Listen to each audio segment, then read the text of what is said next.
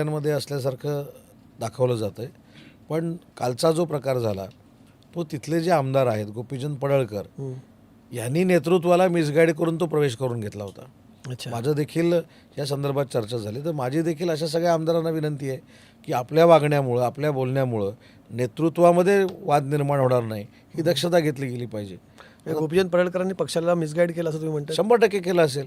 कारण आमदार म्हणून ते आधी पहिली गोष्ट ते आमदार कुठचे आहेत? जतचे आहेत. ते कुठं कामकाज करतात जास्त? तर आमचे सुहास भैया बाबर जे आहेत, जे स्वतःच्या कर्तृत्वावर निवडून आलेले आहेत, युती म्हणून निवडून आलेले आहेत. आणि ती व्यक्ती जर आपण बघितली तर स्वतः कोणाच्या अंगावरती जात नाही आणि त्याचा पिंडच नाही. तर अशा व्यक्तीला ज्यावेळी त्रास होतो त्यावेळी कुठेतरी आमच्यासारखे हर्ट होतात ना, किंवा शिंदेसाहेब हर्ट होतात. त्याच्यामुळं स्थानिक नेतृत्वानं सांगितलेलं किती ऐकायचं हे देखील काही लोकांनी समजून घेतलं पाहिजे. पण स्थानिक पातळीवर तुम्ही जसं म्हटलं, आता गोपीचंद पडळकर तुमच्या एका आमदाराला त्रास देतात तुम्ही असं म्हणतात. असं स्थानिक पातळीवरती वारंवार होतं. हीच तर तक्रार आहे ना तुमच्या अनेकांची, की आम्हाला कुठेतरी भाजप आमच्या नेत्यांना कार्यकर्त्यांना, म्हणजे एक तर इथपर्यंत आरोप झाला की आमच्या कार्यकर्त्यांना पैसे देऊन फोडलं जात आहे भाजपकडनं. नाही, हा मुद्दा बाजूला राहील. पण एक प्रसंग तुम्हाला मी सांगतो YB सेंटरचा. एक आमचे आमदार सहकारी आहेत, शिंदेसाहेब YB सेंटरमध्ये एंटर झाले, आत आले आणि त्या आमदारांनी सांगितलं की या मंडळींचा प्रवेश आहे. तर साहेबांनी विचारलं कुठच्या पक्षातले आहेत? तर ते म्हणाले भाजपात होते पण आता ते भाजपात नाही आहेत पण आपल्या पक्षात येत आहेत. आमच्या सगळ्यांच्या समोर शिंदेसाहेबांनी त्या आमदारांना सांगितलं की भाजपात असले किंवा भाजपात होते तरी आपल्या पक्षात त्यांना घ्यायचे नाहीत. हे माझ्या समोरचं 5 दिवसापूर्वीचं उदाहरण आहे. त्याच्यामुळं असंच जर सगळ्यांनी केलं तर युती टिकलीच पाहिजे. त्याच्याबद्दल काही दुमत असण्याचं काही कारण नाही. तर ह्याच्यामुळे मतभेद होणार नाहीत. कोणी केली पाहिजे काळजी? तुम्ही तर घेतात काळजी, म्हणजे भाजपच घेत नाही काळजी थोडक्यात? नाही, सगळ्यांनीच घेतली पाहिजे ना. तुम्ही तर म्हटलं ना शिंदे साहेबांनी स्वतः सांगितलं घ्यायचं नाही. मी सांगितलं तुमच्याकडनं काळजी घेतली जाते पण भाजप काळजी घेत नाही. 100% काळजी घेतली जाते. पण भाजप घेत आहे का तेवढी काळजी? नाही, भाजप असं म्हणणार नाही. मी हा रोज देवेंद्रजींवर व्यक्त करणार नाही. परंतु आता मी जसं सांगितलं की रवींद्र चव्हाण, चला देवेंद्र फडणवीस पक्षाचे अध्यक्ष नाहीत, रवींद्र चव्हाण आहेत. नाही, रवींद्र चव्हाण हे प्रदेशाध्यक्ष आहेत. जी. प्रदेशाध्यक्ष म्हणून काम करत असताना अनेक कार्यकर्ते त्यांना भेटत असतील, अनेक आमदार त्यांना भेटत असतील. प्रत्येकाच्या आमदाराचं भाजपाच्या अस्तित्व टिकावं ही प्रदेशाध्यक्ष म्हणून त्यांची भूमिका असेल. पण त्यांना देखील तुमच्या माध्यमातून मला विनंती करायची आहे की अशा पद्धतीचे प्रवेश घेत असताना समोरचा पक्ष म्हणजे आम्ही नॅचरल अलायन्समधली शिवसेना ही दुखावणार नाही ह्याची दक्षता घेतली गेली पाहिजे. आणि ते भविष्यामध्ये नक्की घेतील कारण ते देवेंद्रजी फडणवीस यांच्या नेतृत्वाखाली काम करतात. पण तुम्हाला असं वाटतं का रवींद्र चव्हाण प्रदेशाध्यक्ष झाल्यापासून भाजप जास्त आक्रमक झाली आणि आक्रमकरित्या मित्रपक्षांनाच आता भाजप संपवू पाहते? आक्रमकता खरी जर बघितली असेल तर तुम्ही 3.5 वर्षापूर्वी बघितली असेल. आक्रमकता असताना पक्षात प्रवेश घेणं न घेणं हा माझ्या दृष्टीनं एक वेगळा भाग आहे.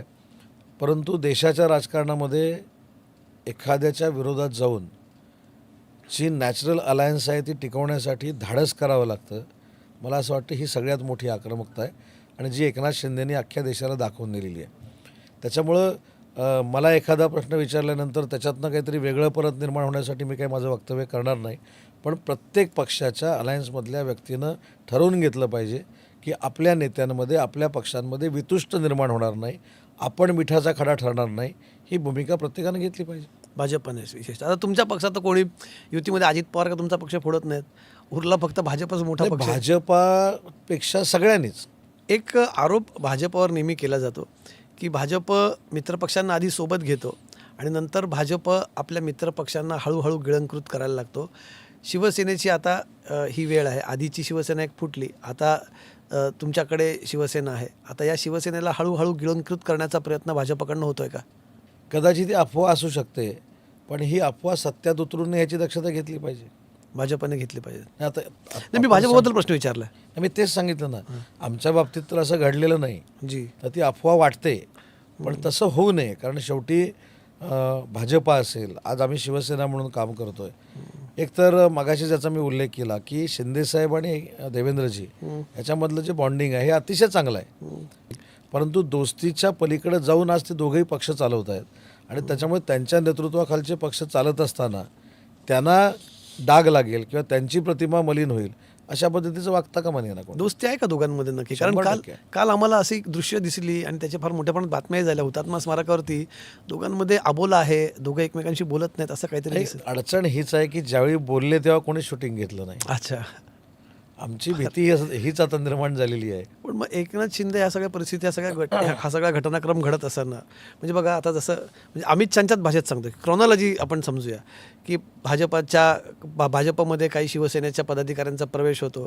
त्याच्यानंतर तुम्ही म्हटलं नाही तो बहिष्कार नव्हता, पण अनेक जण शिवसेनेच्या त्या कॅबिनेटला अनुपस्थित असतात. मुख्यमंत्र्यांची भेट होते, त्याच्यानंतर या सगळ्या गोष्टी सॉर्ट आऊट व्हायला सुरुवात होते तुम्ही म्हटलात तसं, आणि मग थेट एकनाथ शिंदे विमान पकडतात, दिल्लीला जातात, अमित शहांना भेटतात. ही सगळा घटनाक्रम बघता एकनाथ शिंदे अमित शहांना जाऊन का भेटले असावेत? नाही, घटनाक्रमामध्ये हे कधीच येत नाही की बिहारच्या मुख्यमंत्रीपदाचं शपथविधी होता आणि त्याच्यासाठी ते दिल्लीमध्ये गेले होते. आणि दुसरी एक महत्त्वाची भूमिका आहे की माननीय एकनाथ शिंदेसाहेब फक्त शिवसेनेचे मुख्य नेते किंवा राज्याचे उपमुख्यमंत्री नाही आहेत, ते NDAतले 3ऱ्या क्रमांकाचे नेते आहेत. म्हणजे ज्या पद्धतीनं नितीश कुमार आहेत, ज्या पद्धतीनं चंद्राबाबू आहेत, त्याच पद्धतीनं सन्माननीय एकनाथ शिंदेसाहेब आहेत. त्याच्यामुळे देशाचे नेते म्हणून ते अमित शहा साहेबांना भेटू शकतात. बरं, जे टीका करतात त्यांची परिस्थिती काय बघा.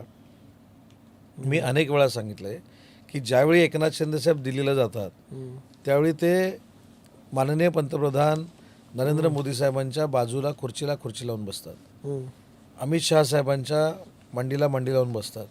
परंतु काही लोक जे राहुल गांधी वोट चोरीवरचा चित्रपट दाखवतात ते 6व्या क्रमांकाच्या लाईनमध्ये बसतात. त्यांना एकनाथ शिंदेंवर बोलण्याचा अधिकार नाही हो. ज्या बाळासाहेबांनी शिवसेनेला मोठं करत असताना काँग्रेसला बरोबर घेऊ नका म्हणून सांगितलं, ते लोक काँग्रेसला बरोबर घेत आहेत आणि आम्हाला तत्त्वज्ञान शिकवत आहेत. हे मला असं वाटतं की गिरे तो भी टांग उपरची परिस्थिती आहे. आणि त्याच्यामुळं अमित शहा साहेबांना जे शिंदेसाहेब भेटले हे एक राष्ट्रीय नेते म्हणून भेटलेले आहेत. पण तक्रार कुठली केली नाही? 100% तक्रार केली नाही. की मी राज्यात तुम्हाला असं सुरू आहे? अगदी ज्वलंत उदाहरण देतो. या सगळ्या चर्चेवर मी जेव्हा साहेबांशी चर्चा केली तर साहेबांनी हसत हसत मला सांगितलं, अरे महाराष्ट्रातला विषय महाराष्ट्रात संपला. आणि त्यांनी एक वाक्य वापरलं बघा, मी रडणारा नाही, मी लढणार आहे. आणि त्यांनी हे 3-3.5 वर्षात करून दाखवलेलं आहे. त्याच्यामुळे ते दिल्लीला जाऊन कोणाची तक्रार करतील याच्यावर आमचा 100% विश्वास नाही.